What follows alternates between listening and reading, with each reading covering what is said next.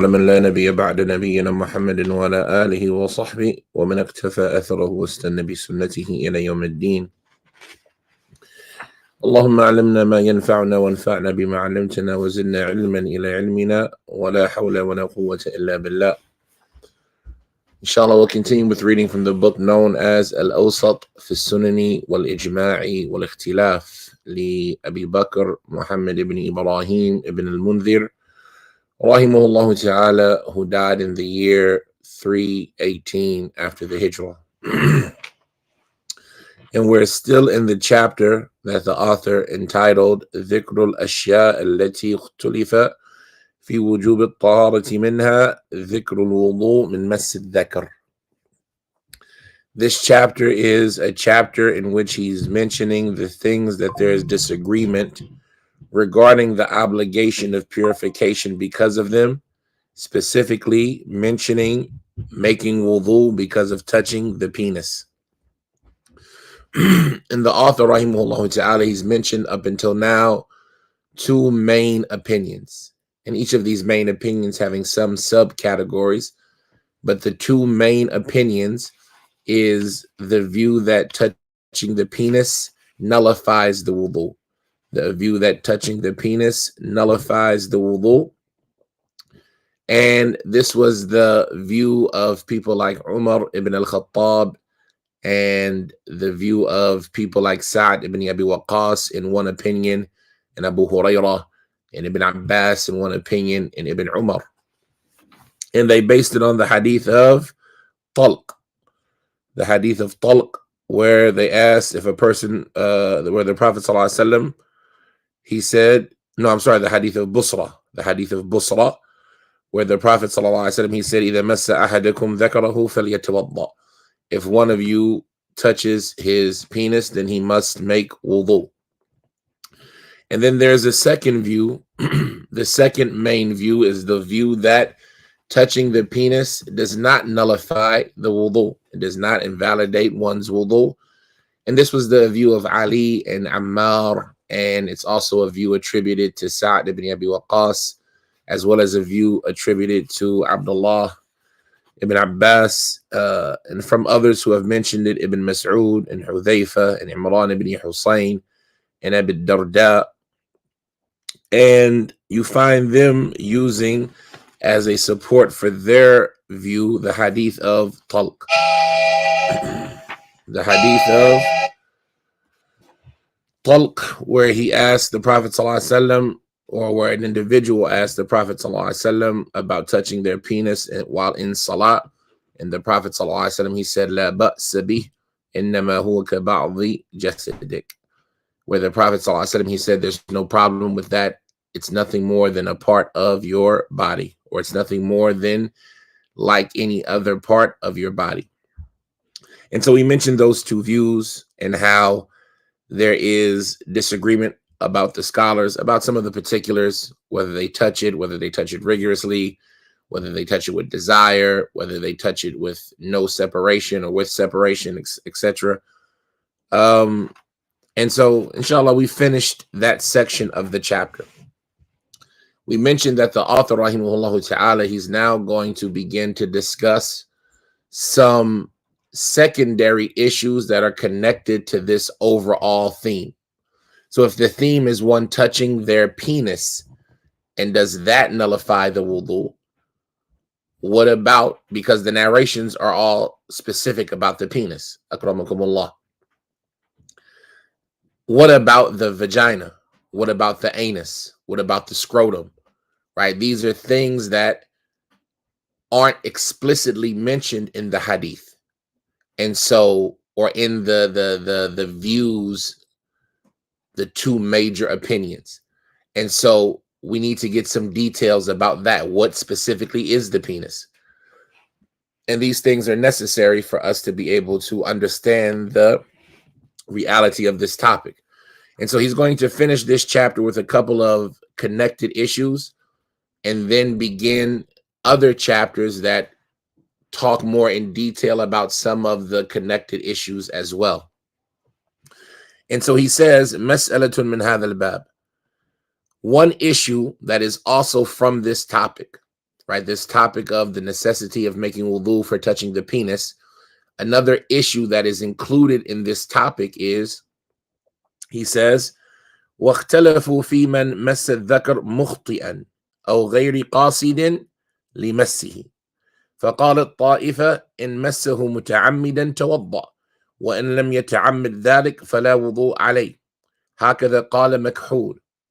So he says they disagree about the individual who touches his penis mistakenly, right? It's an accident. He didn't mean to do so.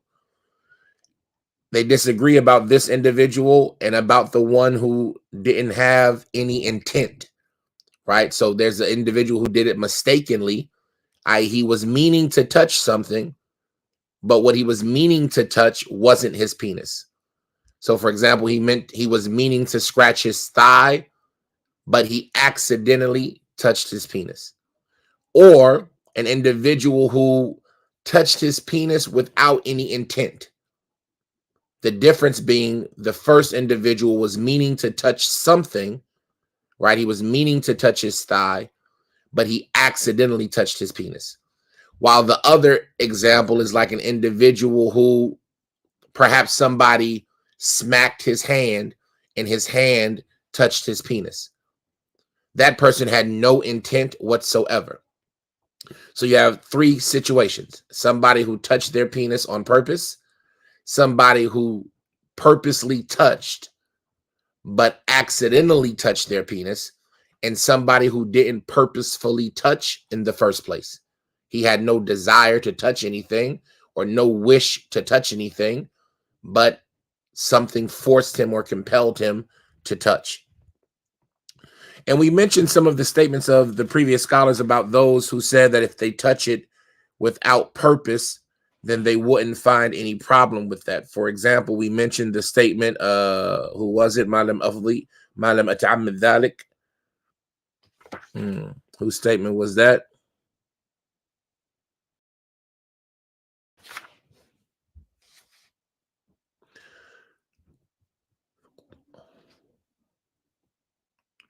It was one of the tabi'een. This is for my benefit now, just to reposit the information in my head. He said, Malam ata'ammid dhalik. He said, I don't care if I touched it or my nose as long as I didn't do it on purpose. Let's see. قال حسن قتادة لا يراني وضوء طلق مسست أو ركبتي أو فخذي إن هو بضعة منك أو فخذي إن معمر وسأله عن رجل موضع غيره فاقطعها إن ابن عباس لا يرى في مس الذكر إلا بضعة منك ألقى شرحبيل علي أدنى وقال الطائفة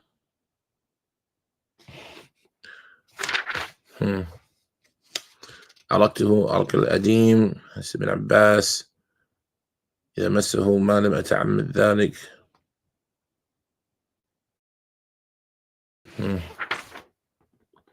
Anyway, it's escaping me now, but the author, he'll repeat it. But I need to go back over that. The point of it is that we've mentioned already some of the statements where some of the people who said if you touch it on purpose, it nullifies your wudu.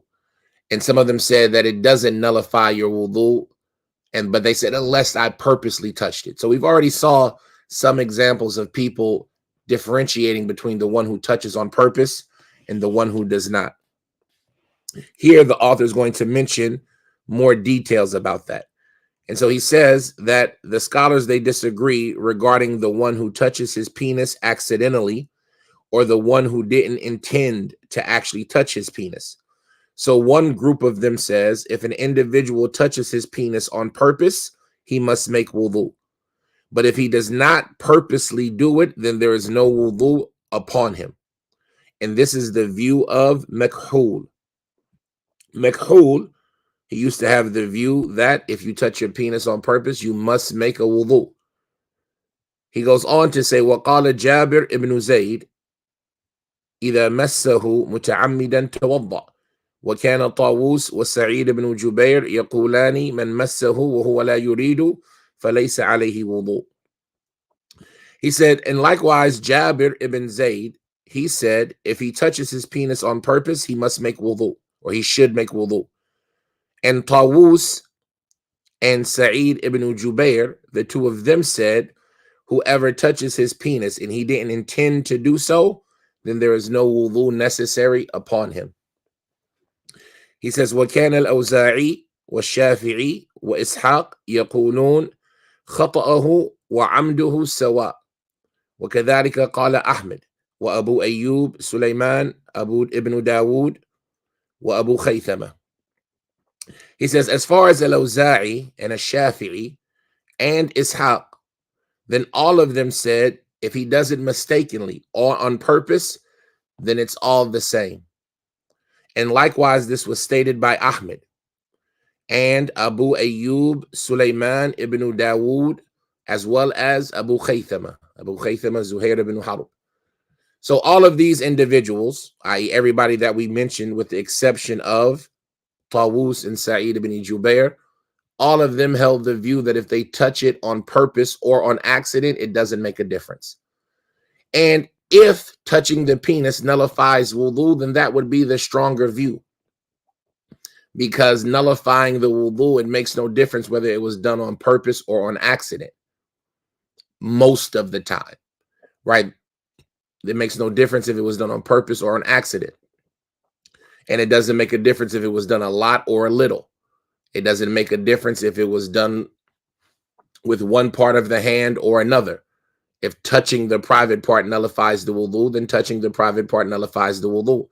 And this is from the logical arguments that the author presented previously to show the weakness of this position, that touching the penis nullifies the wudu, because of how much disagreement and instability there is in the statement of the one who says it does, as it relates to the different stipulations that they mention.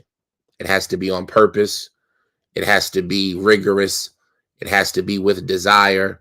It has to be with the palm of the hand, right? All of these type of statements that are made by some of the scholars who hold that view, the author mentions them to mention or to indicate the weakness of that position. Whereas if you were to say that touching the penis nullifies the wudu, then the stronger position would be whatever and however much it's touched, it nullifies. And like you see, people like al-Awza'i and al-Shafi'i and Ahmed, they kind of adhere to that principle. And so they say that it doesn't matter if it was on purpose or on accident, it nullifies the wudu. Lastly, Abu Bakr, he says, قال Abu Bakr, وَاللَّازِمُ لِمَنْ جَعَلَ مَسَّ الذَّكْرِ بِمَعْنَى الْحَدَثِ الَّذِي يُوجِبُ الْوُضُوء أَنْ يُجْعَلَ خَطَأَهُ وَعَمْدُهُ سَوَاء كَسَائِرِ الْأَحْدَاثِ. Abu Bakr ibn Mundhir, he validates, or should I say, he mentions a statement. He says that, and that which is binding upon those who affirm that touching the penis is the same as any other nullifier, what is binding upon them, and that if they say that touching the penis is just the same as any other nullifier in its negation or in its obligation of wudu because of it, is that they make the person who touches it mistakenly or on purpose equal, just like the rest of the nullifiers. And that's what we just mentioned. If a person is going to hold the opinion, according to the hadith of Busra, that touching the penis nullifies the wudu, then it would be incumbent upon them, in the statement of the author and in the logical arguments that he presents, that touching the penis in any form or fashion nullifies the wudu, whether it was with the palm of the hand, the back of the hand, or even touching it with the thigh, whether it was rigorously or not rigorously, whether it was with desire or not with desire, whether it was on purpose or not on purpose. If you're going to hold the view that touching the penis nullifies the wudu, then the stronger position and the mandatory position, according to the author, would be that you hold it in all circumstances. And since almost nobody does, right, you don't find many people holding that touching the penis in any shape, form, or fashion nullifies the wudu, then this shows some of the weakness of that position. And perhaps the stronger position is that touching the penis doesn't nullify the wudu, and that's why the author mentioned it in this section. And as far as the two hadith, then as we've already mentioned, Imam Ahmed and Imam Yahya bin Ma'in both deemed both hadith in this topic invalid. And so it all becomes an issue of logic and reasoning after the statements of the Salaf to support it. And from the things that we mentioned before previously is that perhaps those who mandated it from the Salaf mandated it from the action of hygiene and cleanliness. Because if you're going to go around touching yourself, then nobody would want to interact with you and take and receive from you or touch with you or eat from the same plate as you until you wash your hands, right? That would be something that most people would be repulsed by, that you would touch your private part and then reach your hand in the tray of food. And so in that circumstance, it's only hygienic to clean your hand. And if you're going to go through the difficulty of cleaning your hand, you might as well go and make a wudu. And so perhaps, and this is my opinion, that perhaps those who mandated it, in addition to the hadith that are in the issue, lean to this understanding of if you're going to wash something, you might as well make a wudu.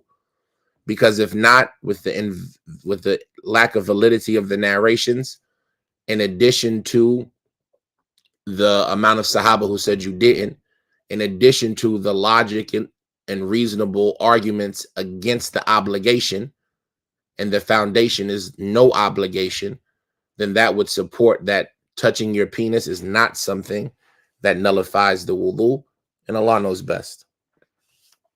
The next chapter he mentions, he says, ذِكْرُ مَسِّ الذَّكَرِ بِالسَّاعِدِ أَوْ بِظَهْرِ الْكَفِّ. This chapter is regarding touching the penis with the forearm or the back of the hand, right? بِالسَّاعِدِ أَوْ بِظَهْرِ الْكَفِّ, right? If you rubbed like that on your penis to scratch it or something of this nature. So we see that the previous chapter was about touching it with the palm. And this is what most of the scholars who say that it nullifies the wudu, they stipulate that touching it has to be touching it with the palm. Because if not, then an individual's private part might touch his thigh, right? Might touch his arm. If he sits cross-legged Indian style, might touch his leg, right? And so all of this supports, in their view, the fact that touching the penis, what is meant by it is by touching it with the palm. And they use some linguistical argument saying that something isn't considered mess unless it's like that, right? For it to be a mess, it has to be a touching like that. And so they say that proves that it's touching it with the palm. And whether that's accurate or not, that requires some looking into the Arabic language and looking into the different versions of the narrations and looking into the different statements of the Salaf to support that claim that mess and lems has to be a touching like that. But in this topic, we see that there's disagreement. What about if somebody touches it with the back of their hand or with their forearm? And so he says, أجمع الذين أوجبوا الوضوء من مس الذكر على إيجاب الوضوء على من مس ذكره ببطن كفه عامدا واختلفوا في من مس ذكره بظهر كفه أو بساعده. He says all of the scholars who say wudu is obligatory because of touching the private, because of touching the penis, we should say. Every scholar who says touching the penis makes wudu obligatory, so it's not every scholar. It's just every scholar of this group. And so that's something to pay attention when he says ijma'u, right? He's not saying every scholar. He's saying every scholar who holds this opinion. And this is something that people often make mistakes in. When they go to claim something via a consensus, sometimes a person can misread what is being said. And even though this example is very difficult to misread because he specifies every scholar who holds this opinion, you might come across a statement of a Nawawi or someone else who is in a particular school of thought, And they might say a statement like, and all of them agree. And all of them agree. And when you see this statement, all of them agree, you might be thinking that the them that he is referring to are all of the scholars. And sometimes that might be the case. While in other circumstances, like for example, the example that we mentioned about al-Hafidh al-Nawawi, he might be saying all of them agree, and he means the Shafi'iyya. All of the Shafi'is agree. And so a person might read that statement and think that this is a Nawawi mentioning a consensus in this issue, but he's not mentioning a consensus in the usuli sense of the word, but what he is mentioning is an agreement in the school of thought. And so that is similar to what Ibn al-Mundhir is saying here, that all of the scholars who make wudu obligatory because of touching the penis agree that it is obligatory to make wudu when someone touches their penis with the inside of their palm on purpose. So they all agree that if somebody touches their penis with the inside of their palm on purpose, that it's wajib upon that individual to make wudu, i.e. everybody who holds that opinion.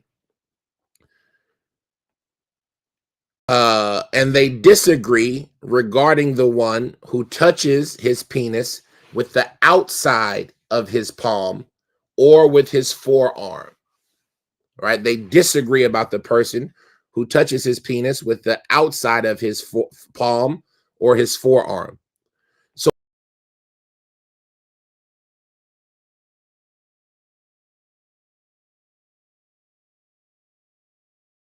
in the issue,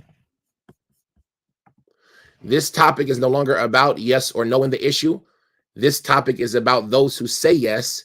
Does it have to be with the palm, or can it be with the back of the hand that necessitates the wudu as well? And he's already mentioned the disagreement about it being on purpose or not. And so he says, فقالت طائفة عليه الوضوء قيل لعطاء إن مست الذراع الذكر أيتوضأ قال نعم وكان الأوزاعي يقول في من مس ذكره بساعده قال الساعد يد فليتوضأ وقال أحمد إذا مسه بساعده أو ظهر كفه فعليه الوضوء. He says, so a group of them say that this individual who touches his penis with the back of his hand or the back of his kef, right? They use the word kef for a reason, and we'll see in a second, with the back of his palm or his forearm, then a group of them say, yes, this individual must make a wudu. He says it was mentioned to Ata ibn Abi Rabah. He said, it was said to him, if an individual's forearm touches his penis, should he make wudu? To which Ata replied, yes. And likewise, al-Awsat, he said regarding somebody who touches their penis with their forearm, the forearm is part of the hand. Because the word yed in Arabic, it doesn't specifically mean this, right? When we say hand in English, we're talking about this limb, this body part, the one that grabs and releases, that touches and receives and gives. But in Arabic, the word yed is all of this, right? From here to here. All of this is considered the yed. And that's why when Allah Azza wa Jal, he says in the Quran, فَاغْسِلُوا وُجُوهَكُمْ وَأَيْدِيَكُمْ إِلَى الْمَرَافِقِ. And some of them say it's all the way to the shoulder, right? All of that is the yed. But Allah says, wash your faces and your yed all the way to the elbow. And when he talks about the thief, he says, فَاقْتَعُوا أَيْدِيَهُمَا. And the Prophet specified that it is to the wrist. And so we know that the word yed can be more general than just the palm of the hand. And so al-Awsat, he was asked regarding the one who touches his penis with his forearm, should that person make wudu? As al-Awsat, he said, as-sa'id yad. The forearm is part of the yad in Arabic. so he must make wudu. And also Imam Ahmed, he said, if a person touches it with his forearm or with the back of his palm, then upon him is a wudu. It is necessary upon him to make a wudu. So this was the statement of these Imams, al-Ata and al-Awza'i and Imam Ahmed.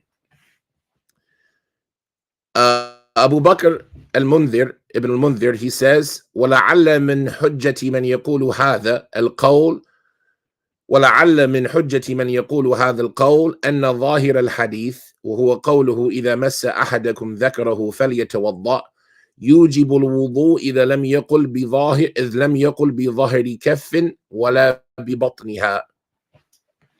Ibn al-Mundhir, he says that perhaps the aspect of the evidentiary aspect of this statement, right, the point of validity, the proof in this statement for those who adopt such an opinion is the apparentness of the hadith. That hadith that we mentioned where the Prophet said, if one of you touches his penis, then he must make wudu. And the apparentness of this hadith makes wudu obligatory. And the Prophet sallallahu alaihi wasallam, he did not say if one of you touches it with the back of his hand or with the inside of his hand, the palm of his hand. The Prophet didn't specify, and so therefore the obligation is general. This is what Ibn al-Mundhir is saying is most likely the proof of these people.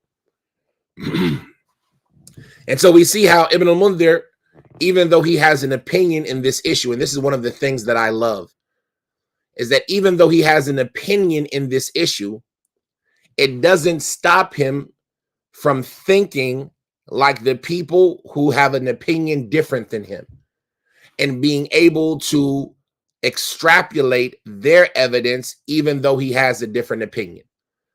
And this is something that I love in a scholar and in a teacher, right? Because sometimes you might find a teacher who you ask him a question, and if they disagree with the issue, they'll answer the question on the premise of what they agree with in the topic. And that might not be helpful if you disagree in that issue. So, for example, if you believe that water is two types and you ask a question and they believe that water is three types, they might answer the question based on this understanding or vice versa. But in this scenario, we see that Ibn al-Mundhir, even though he disagrees with this opinion, it didn't stop him from expanding his thought to think about how the people who hold that opinion would arrive at such an opinion. And this is something that leads to a fairness in opinion giving and in fatwa giving, when an individual can think like both sides of the debate. And so even if you have a position, the ability to think like the one who you disagree with leads you to a greater tolerance of their position, leads you to a greater understanding, leads you to a greater sense of fairness. And it also trains your mind to think in a way that is fair and balanced, which is something that is necessary and praiseworthy in all circumstances. After that, Ibn al-Mundhir, he says, وَقَالَ الطَّائِفَةِ إِنَّمَا يَجِبُ الْوُضُوء عَلَى مَنْ مَسَّ ذَكَرَهُ بِبَطْنِ كَفِّهِ هذا قول مالك والشافعي وإسحاق. He says, and a group of them, a group of scholars, they say that it is obligatory upon the person who touches his penis, or wudu is obligatory upon the person who touches his penis with the palm of his hand. And this is the statement of Malik and Ash-Shafi'i and Ishaq. So we see that al-Awza'i and Ata and Ahmed, they held the opinion it doesn't matter which part of your arm or hand you touch it with, while Malik, Shafi'i, Ash-Shafi'i, and Ishaq, and Ishaq ibn Rahuya, held the view that no, it's only with the palm of your hand. Ibn al-Mundhir, he says, وَقَالَ مَالِكٌ وَاللَّيْثِ ibn Sa'd من مس ذكره بذراعيه أو بقدميه لا وضوء عليه واحتج الشافعي بحديث رواه عن أبي هريرة رضي الله تعالى عنه أنه عن النبي صلى الله عليه وسلم أنه قال إذا أفضى أحدكم أو إذا أفضى أحدكم بيده إلى ذكري وليس بينه وبينها شيء فليتوضأ. He says that Malik and Layth ibn Sa'd, right, who was another imam who had a madhab in Egypt, he says that in Malik, Allah, as well as Layth ibn Sa'd, they said that whoever touches his penis with any of his forearms or with his feet, then there is no wudu upon this individual. There is no wudu necessary upon this individual. And Ash-Shafi'i, rahimahullah ta'ala, he uses as an evidence in this regard a hadith that he reports from the authority of Abi Hurairah, on the authority of the Prophet sallallahu alaihi wasallam, who said, if one of you goes with his hand towards his penis, if one of you all takes his hand to his penis, afdha, right? If one of you leads his hand to his penis and there is nothing in between it or it between his penis and his hand, then he must make wudu. If one of you reaches towards his penis and there's nothing between it and his hand, then he must make wudu. And this is the statement of Ash-Shafi'i. And here, Ash-Shafi'i, the point of evidence in this is that Ash-Shafi'i is saying that the hand, the word hand in Arabic, only means this part, unless it is specified otherwise. So we mentioned that some of them say that the meaning of the word hand in Arabic, it includes the entirety of the arm. And that is the absolute meaning. And then they specify for what is less than the arm. While other scholars say, no, when the word hand is used and it's referring to this only, but it could be used in certain contexts with certain stipulations to refer to the entire arm. And their evidence for saying that the hand is only the wrist and above is what we mentioned, the ayah about Allah telling us what to cut from the thief. Allah says, cut their hands. And in the ayah, it doesn't mention any specification. And so they say that this shows that the word hand is generally meant for just the wrist and above, while it could be used with stipulation to include the entire arm, like Allah says in the ayat, wa aydiyakum ila al-marafiq, and your hands up until the elbows. This is a stipulation or an extra statement that included the rest of that in the meaning of the word hand. So they use the same evidence just from opposite directions. But this is Shafi'i using this hadith that if one of you reaches with his hand towards his penis and there is nothing between him and it, or between his hand and his penis, then he must make wudu. After mentioning that statement on a Shafi'i, he mentions the narration. He says, أخبرنا الربيع قال أخبرنا الشافعي قال أخبرنا سليمان بن عمرو ومحمد بن عبد الله عن يزيد بن عبد الملك الهاشمي عن سعيد بن أبي سعيد عن أبي هريرة رضي الله تعالى عنه عن رسول الله صلى الله عليه وسلم.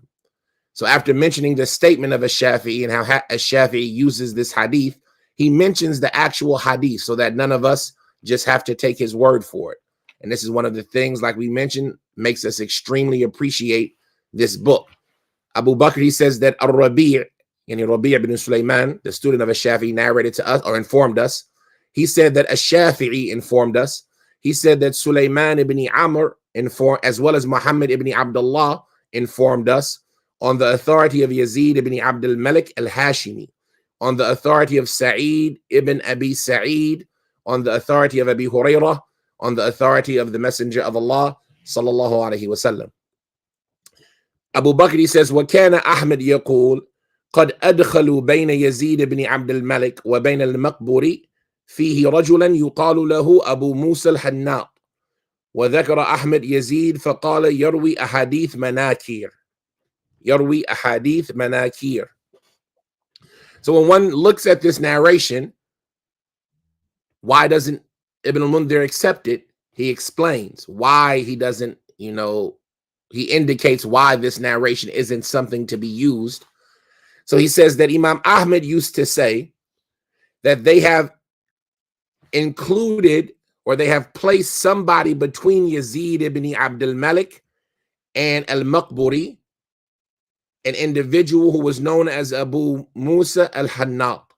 So the first thing he says is that this chain that is mentioned earlier from Rabi', right, on a Shafi'i, this chain has some discrepancy in it. Why? Because Yazid ibn Abdul Malik al-Hashimi, who narrates on Sa'id ibn Abi Sa'id al-Maqburi, Imam Ahmed saying that there's somebody else in between them, that this version drops out, excludes mentioning them. And so this shows that we need to now judge who this person is, because Yazid didn't actually hear it from Sa'id. And so we need to figure out who this person is to judge this hadith. He says, Abu Bakr, he says, and Imam Ahmed also mentioned Yazid, right? Yazid ibn Abdul Malik al-Hashimi. Imam Ahmed mentioned him and said about him that he narrates a lot of disapproved of hadith manakir, i.e. weak hadith that go against somebody more authentic, or somebody authentic in the first place. So this Yazid ibn Abdul Malik, he narrates a lot of weak and disapproved of hadith. So he's saying that this version of the hadith, not only is there somebody missing in the chain, Yazid is somebody who's unreliable to begin with.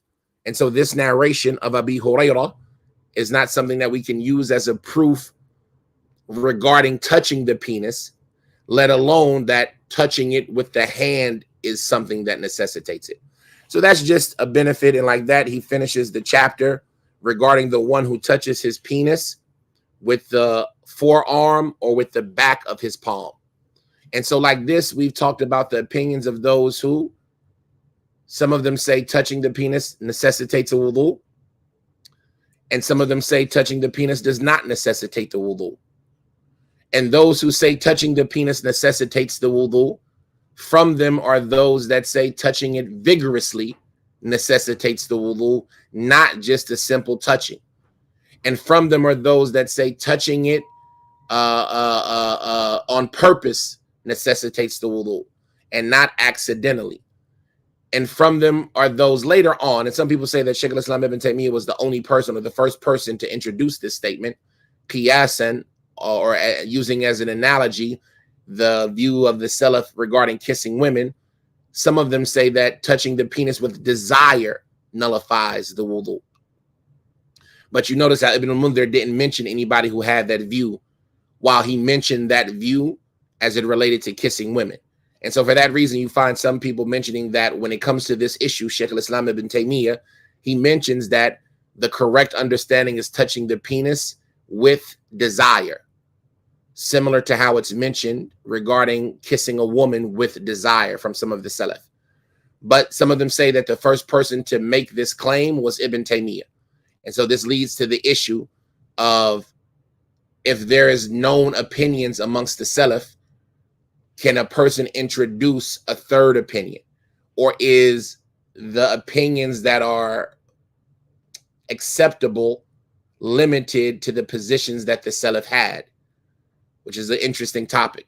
And then it also has something to do with the topic of, can you make qiyas, or can you gather between the statements of scholars to formulate a new opinion based on their opinions? Talfiq, right? Can you take the opinion of a scholar from here and the opinion of another scholar from there that wasn't directly used in the way that you're using them, and use them for a new opinion?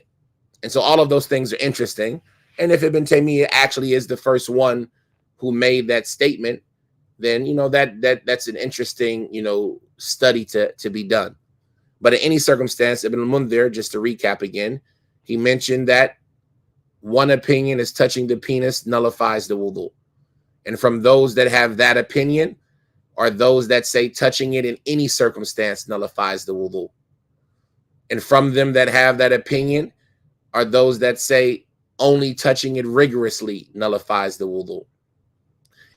And from them that have that opinion are those that say touching it on purpose nullifies the wudu.